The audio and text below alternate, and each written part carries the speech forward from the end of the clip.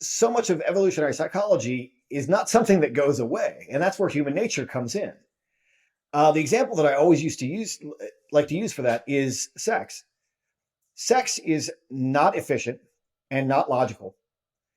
And like, okay, if the purpose of sex is to logically have children, you need to have sex X amount of times in your life, period.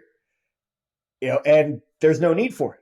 But look at all the resources that we use to get sex, to like have sex, and people want to have sex whether they're trying to make kids or not. It's part of our evolutionary drive that happens without our permission. It's part of what we are as a species. And so if we don't acknowledge that, then outs in all kinds of different ways. You can get Jungian with that and say, it's whatever. It becomes shadow stuff, and then people do weird things because they're not having sex or because they aren't acknowledging that. So I think that the same is true with masculinity in many ways. Like if men don't have that environment, they act out in weird ways, and that's a lot of people argue with it about shooters. People who, it's like if those kids, who go out and shoot up schools or whatever, if they had a like strong male peer group and a father figure, that probably wouldn't happen. And that's the case in many. It's like all these guys who are, whether they're involved in like Antifa or feminism or all these things, it's because they're looking for some way to have this experience. And if they can't have it, they're going to have it in some other way. And so, I mean, that's why, I think you need to tell young men that they need to have a gang, but you need to say, ideally funnel them towards good men who are responsible and do the right things.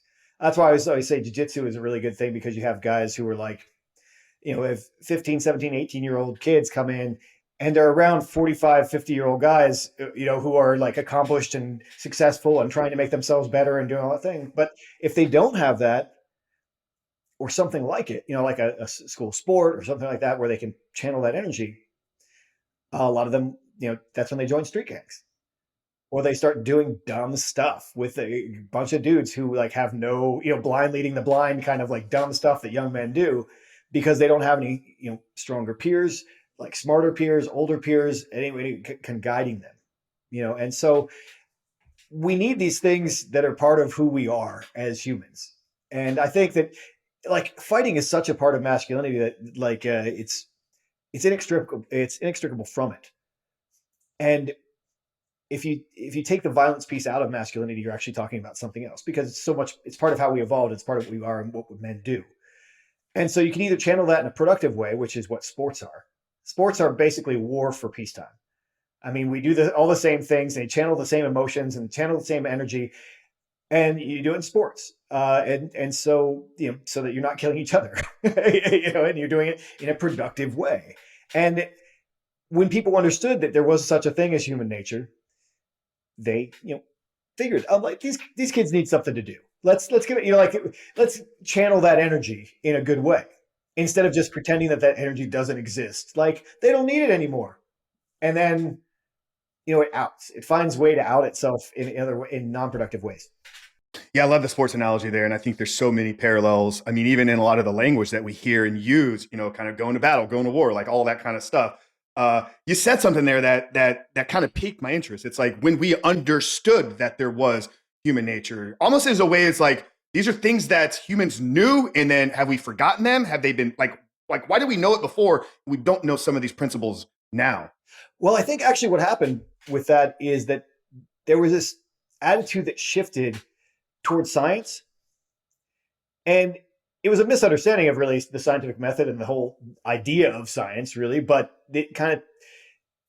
we got to this place where if you don't have data for something yet, then it's not real. Whereas all of human history, we operated in the opposite principle. Like, this is the way it's always been. This has always worked out pretty well. So we're going to keep this until we have a reason why we shouldn't. And we've gone the opposite direction. Like, well, we can't find a gene for that, so it's not real. Well, there's no proof. Give me a source. Find the source for human nature. Like, find the source for, I mean, they do have some of that, but they don't have all of it. But that doesn't mean it's not real. That just means that they haven't identified it yet. And that's the problem, that people tend to, focus on the data rather than what we've been doing for thousands of years.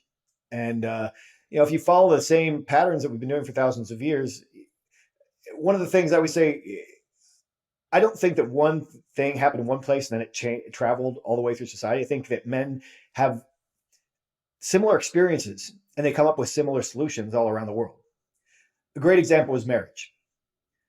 Like, marriage is a solution to a problem. All societies have created some version of marriage.